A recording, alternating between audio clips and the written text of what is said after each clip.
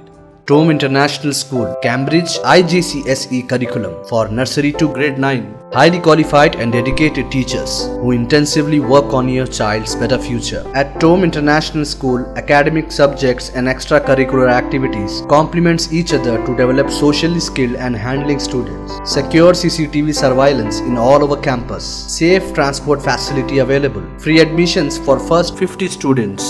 Tome International School, learning today, leading tomorrow. Shali Banda, Khilwat Road, Hyderabad. Academic Heights Public School believes that the better future lies where children can learn themselves. Academic subjects and extracurricular activities. We encourage children to think independently and develop their own dreams. Montessori Lab, digital teaching system, CBSE syllabus with international standards, well-qualified teachers, art and self-reliant activities, spacious play area for kids. Admissions are open. Academic Heights Public School, Shamsherganj, Malakpet, Charminar and Dilsukhnagar.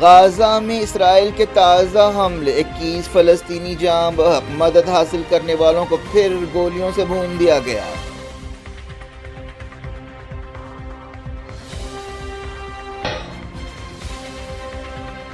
Pakistan Donald Trump کو Nobel انعام کے لیے nominate کرے گا، اسلام آباد نے جنگ بندی پر India کے بیانیوں کو رد کر دیا۔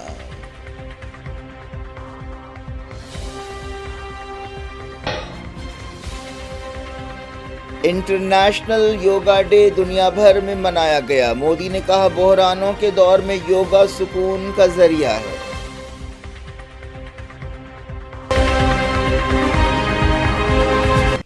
یہ تھی آج کی خبریں، اب شجیع اللہ فراست کو دیں اجازت اور اپنا بے حد خیال رکھیں۔ اللہ حافظ۔